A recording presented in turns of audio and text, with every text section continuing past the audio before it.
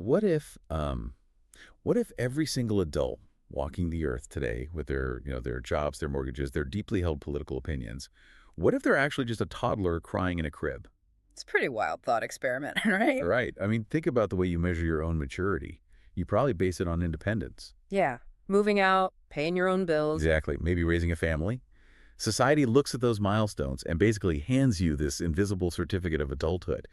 But the material we are diving into today takes that entire checklist, literally sets it on fire, and suggests that our most revered institutions are nothing more than giant psychological pacifiers. It really does. So, welcome to the deep dive. The text we have in front of us is guaranteed to challenge the foundational pillars of how you view your own life. Yeah, we're looking at a highly provocative philosophical essay from 2006.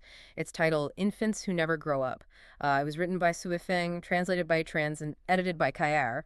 And the central thesis here is incredibly radical. Mind-blowing, honestly. It is. The author argues that humanity as a whole has completely failed to mature. And instead, we are all suffering from this massive collective mother complex. Basically claiming that almost every global crisis, like every war, every societal flaw, it all stems from this one unresolved psychological dependency. Right. And because of the sheer scale of what this essay attempts to dismantle, we do need to establish a really firm boundary for you as you listen today. Yeah, that's crucial. The author explicitly critiques and actually calls for the dissolution of sovereign states, political parties, organized religions, and even the traditional family unit. Which is heavy. Very heavy. So, given how heavily this touches on our deepest political and social structures, we are acting strictly as neutral guides here. Our purpose is absolutely not to endorse these ideas, nor to take any side on the political or social implications. We're just the messengers. Exactly. We are here simply to impartially unpack the philosophical framework the author presents and just, illuminate the internal logic of this really fascinating text. Okay, let's unpack this. Yeah. Because the author doesn't just, start with governments or churches right out of the gate. Yeah, oh no. The critique actually starts with human biology. Specifically, the absolute painful necessity of leaving the mother. Yeah. The foundation of the whole argument rests on the universal human experience of infancy. In those really early stages, a mother provides absolute security, warmth, sustenance. Everything you need. Right, what the text broadly categorizes as milk and the swaddling cloth. And the psychological reality here is that no one inherently wants to leave a state of perfect, effortless safety. Why would you? But biology sort of forces the issue. I mean, the text outlines this chronological progression of separation, right? It does, yeah. It starts physically at birth when the umbilical cord is cut. Mm-hmm. Then comes moving from a nursing infant to a child eating solid food. Then eventually the child leaves the physical home. But there is a fourth step, and this is the one the author introduces that completely changes the stakes of this whole biological process. Yeah, tell us about the fourth step. So the fourth step is the gradual severing of emotional attachment, which culminates when the mother eventually passes away. Wow. The text observes that leaving the mother is universally agonizing. It's painful. However, while everyone inevitably goes through the physical separation, the essay argues the vast majority of humans completely fail to make the psychological and spiritual break. Meaning they stay stuck. Exactly. If you fail to sever that emotional dependency, you remain, in essence, a permanent infant. It's like refusing to take the training wheels off your bike, but on this deep psychological level. That's a great way to put it. But I do have to push back a bit here, or at least ask, is the author genuinely advocating for total emotional coldness? Because, telling a modern reader that true maturity requires cutting all emotional attachment to the woman who raised them, that sounds incredibly callous, heartless even. Yeah, and the text actually anticipates that exact reaction. The author explicitly clarifies that this process is not being heartless. It is simply the uncontrollable, natural trajectory of human maturity. The psychological danger isn't that you experience love or grief. The danger is leaving the mother in form, but failing to leave her in essence. Ah, okay. Meaning, you pack up your boxes and move into your own apartment, but you carry that insatiable need for absolute unconditional protection with you. Yes, exactly that. You take that mother complex and you start projecting it onto the world around you. And that is the core mechanism of the entire essay, because humanity never truly cuts the emotional umbilical cord. We create massive societal We surrogates. just build new mothers. Right. We engineer these macro mothers to provide that lost sense of safety and a steady flow of psychological milk. Which brings us perfectly to the first of these macro mothers, which is the state. Yes, the big one. The deep dive shifts here from early childhood development right into global geopolitics. Mhm. The text argues that the nation you happen to be born in acts as your primary psychological security blanket. The author draws a very direct causal line here. Think back to when we were helpless infants. We felt this existential dread, like a literal fear of death, if our mother was out of sight. Yeah, pure panic. Exactly. As we grow up physically, we transfer that exact same existential terror to our countries. We convince ourselves that without our specific sovereign state to swaddle us, we basically cannot survive. This really reframes the whole concept of patriotism, doesn't it? Yeah. And national defense. Completely. I mean, the text points to the staggering military expenditures around the globe. We're talking trillions of dollars spent on borders, weapons, armies. But the author doesn't view this as sophisticated statecraft at all. Not in the slightest. It's categorized simply as this primal infantile instinct to violently protect the mother state. The essay actually makes the bold assertion that if people could somehow outgrow this specific dependency, if states simply cease to exist, human civilization would immediately ascend to a vastly higher level. I have to challenge this logic, though. I mean, if we view the state purely as an emotional surrogate, we kind of ignore the tangible realities of what governments actually do. Like what? Well, they build the roads we drive on, they fund the research for our medicines, they manage complex economic systems. Surely the author isn't suggesting that the desire for, say, a functional power grid is just an infantile urge to be breastfed. What's fascinating here is how the author responds to that exact point. To understand it, we have to look at how the text defines the cost of that infrastructure. Okay, what's the cost? The essay argues that the state is not a benevolent provider. Instead, the more powerful states become, the more contradictions and conflicts they inflict upon the population. Oh, I see. The state demands your resources, your labor, and sometimes your actual life in military service, all just to justify its own continued existence. It creates the very geopolitical dangers that it then claims it needs to protect you from. So it sounds less like a mother and more like a protection racket. Yeah. Like a mob boss who breaks your window and then charges you a monthly fee to keep your store safe. That's a very accurate comparison for how the text views it. And to break that cycle, the text introduces the concept of the Chanyuan celestial. Right, the Chanyuan celestial. This is a crucial term in the author's broader philosophy of Lifechanyuan. A Chanyuan celestial is an individual who has achieved a level of spiritual and psychological maturity where they no longer view themselves as belonging to a bordered territory. They don't belong to a country. Right, they belong to the universe.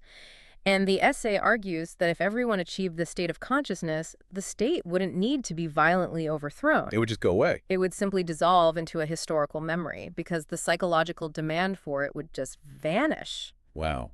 Okay, so if we follow that logic inward, right, past the national borders and into the halls of government, the text applies the exact same brutal psychological lens to political parties.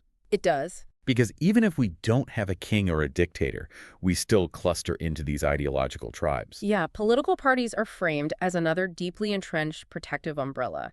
They serve as this secondary, highly aggressive mother figure. There is a vivid quote in the text about members running back to the arms of the party. Yeah, that imagery is very intentional. The author argues that joining a political party has absolutely nothing to do with civic duty or, serving the people, regardless of what the campaign brochures say. Not at all. It is entirely about securing a steady flow of safety, community, and ideological validation.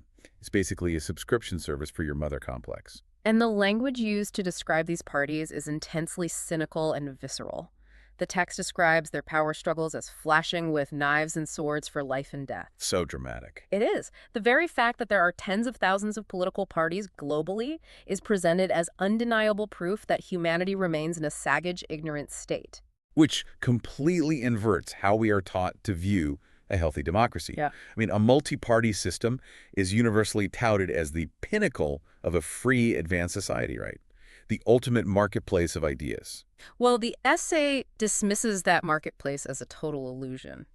In this framework, the substantive purpose of any political party is merely to inflate its members' mother complex. Just feeding the ego and the need for safety. Exactly. It is a gang fighting to make sure its specific mother is the most powerful one in the room.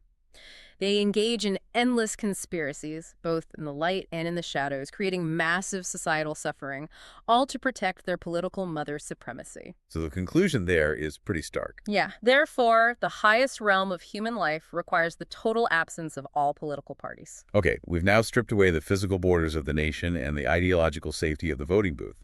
But dismantling governments and politicians, that's somewhat common. Lots of people are cynical about politics. Yeah. Here's where it gets really interesting.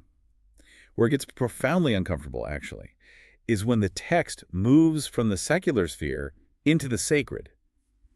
The author takes this exact same framework of the crying infant and applies it to organized religion. And this requires a very careful distinction because the author is absolutely not promoting atheism. Right. The text repeatedly references a higher power, which it calls the greatest creator. Just a catch. A huge catch.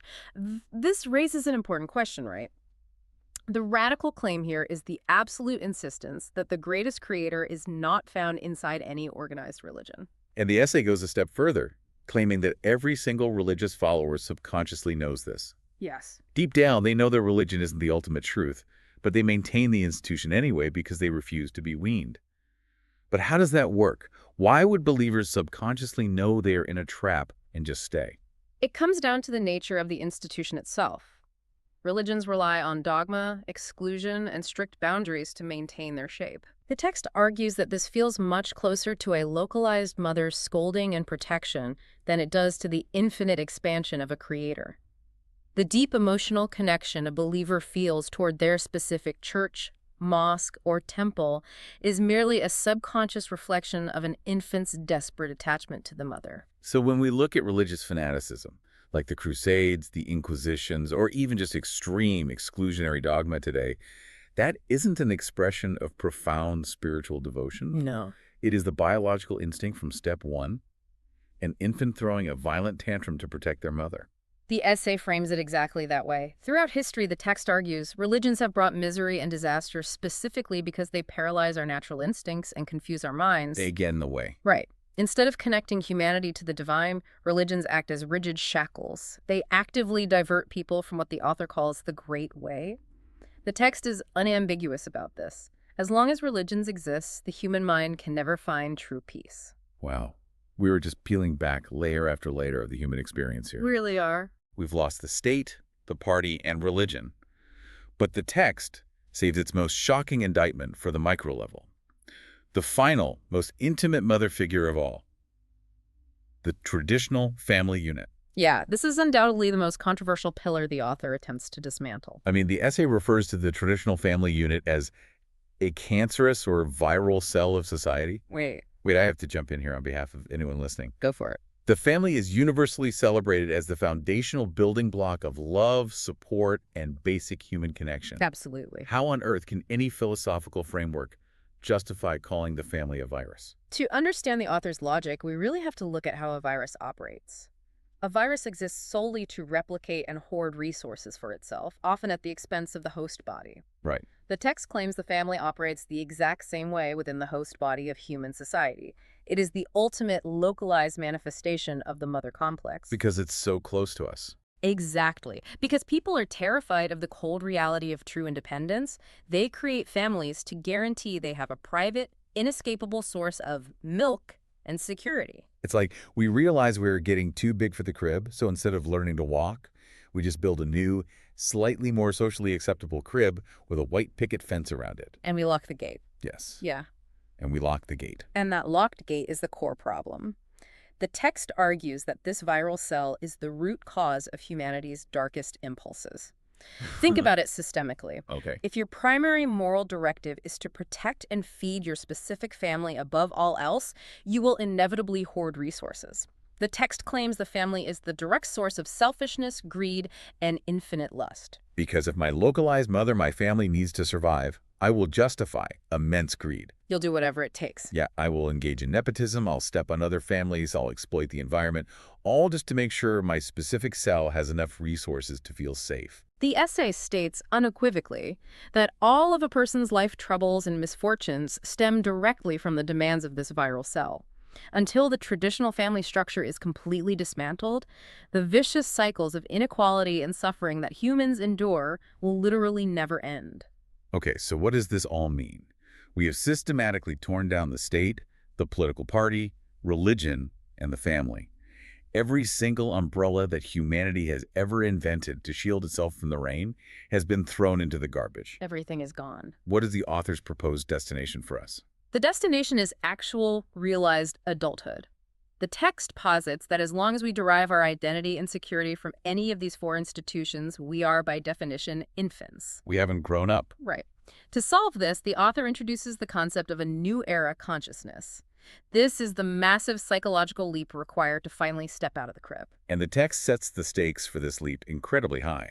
It claims that those who cannot transition out of this infant thinking have, quote, no road to heaven. Yeah, the wording is very strong. Spiritual ascension is literally impossible while you are still nursing from the state, the party, the church, or the family. And adopting this new era consciousness requires a complete reframing of human history. The text acknowledges that there was a massive turning point marked by the birth of Lifechanyuan, which is the specific philosophical movement and spiritual realm the author is actually promoting here. So things changed at a specific point. Right. The author concedes that before Lifechanyuan, the existence of these institutions was actually justified. Like crawling is a necessary phase of human development. You can't fault a baby for crawling. No, of course not. But at a certain point, if a 30-year-old is still crawling on the floor to get to work, something has gone terribly wrong. That is the exact sentiment. These institutions were early developmental scaffolding. But now, the text argues, their continued presence is entirely irrational and actively stunting our evolution as a species. If we apply this new consciousness to the bigger picture, it completely upends how we define a hero. Yeah. I mean, think about the statues in our public parks, the monuments in our capital cities. They're almost universally dedicated to people who sacrificed their lives for their state. Martyrs who died defending their religion, loyalists who fought for their political party, or patriarchs who built generational empires for their ancestral family line. If we connect this to the bigger picture, historically, society has viewed all of those individuals as great honorable figures. They were considered the ultimate adults because they took ultimate responsibility for their institutions. But under the framework of this essay, It's totally different. the text literally says, now we know they are pathetic and are infants who have never grown up. It is a staggering historical reversal.